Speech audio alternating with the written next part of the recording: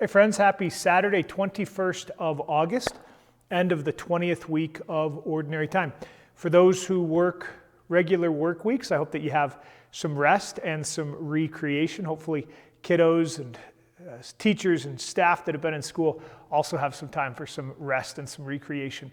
We remember that we are not human doings, we are human beings, and to just be is a good and blessed thing. I will give you a reflection on the readings. I invite you to click the link on the side and prayerfully read the readings if you haven't read them yet. Then turn off the screen, spend some time with the Lord before you move on to other things. And if you would share and like this video if it's helpful for you, or upvote it and subscribe to the channel over on YouTube, that does help us to get the word out of the random stuff that a random priest in Rock Springs, WY, is doing with daily readings. It might be helpful for somebody that is one of your friends, or, doing all that social media stuff. All right, so we have Ruth and we have Matthew's Gospel. Let's talk for just a minute about Matthew's Gospel. Jesus criticizes religious leadership, which I think is a good sort of an attitude for us to have as well.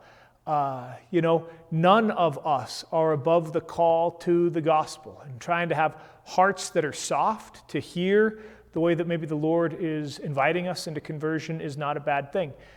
Being mindful of praying for our bishops, praying for those who lead us in religious communities, also not a bad thing. I know many of us find ourselves struggling at different times with Pope Francis or our own bishop or some of the bishops. One of the challenges that I always ask is, are we praying for them? Are we offering fasts and sacrifices for them, right? Those actions with love for our religious leadership. And then Jesus cautions, sometimes people in leadership, religious, cultural, governmental, they will not be people of integrity, people whose values don't always line up with their behaviors. And when that happens, don't do like they do. Seek integrity, don't seek excuses, right? How do you find the instruction of Jesus regarding leadership? How's it striking you today in your own prayer? Book of Ruth. We have the conclusion of the book of Ruth. So I kind of forgot to mention yesterday, one of the themes of this that I hear in modern ears is found family.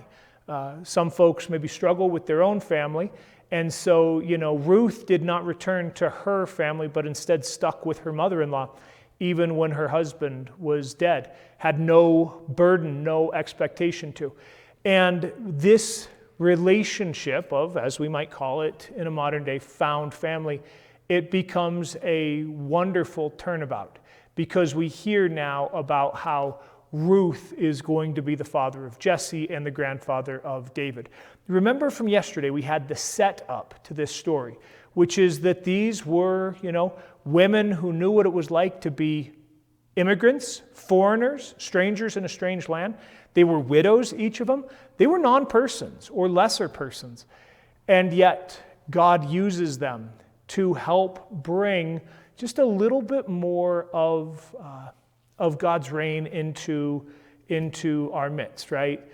David, who becomes kind of the great kingly figure in the Old Testament.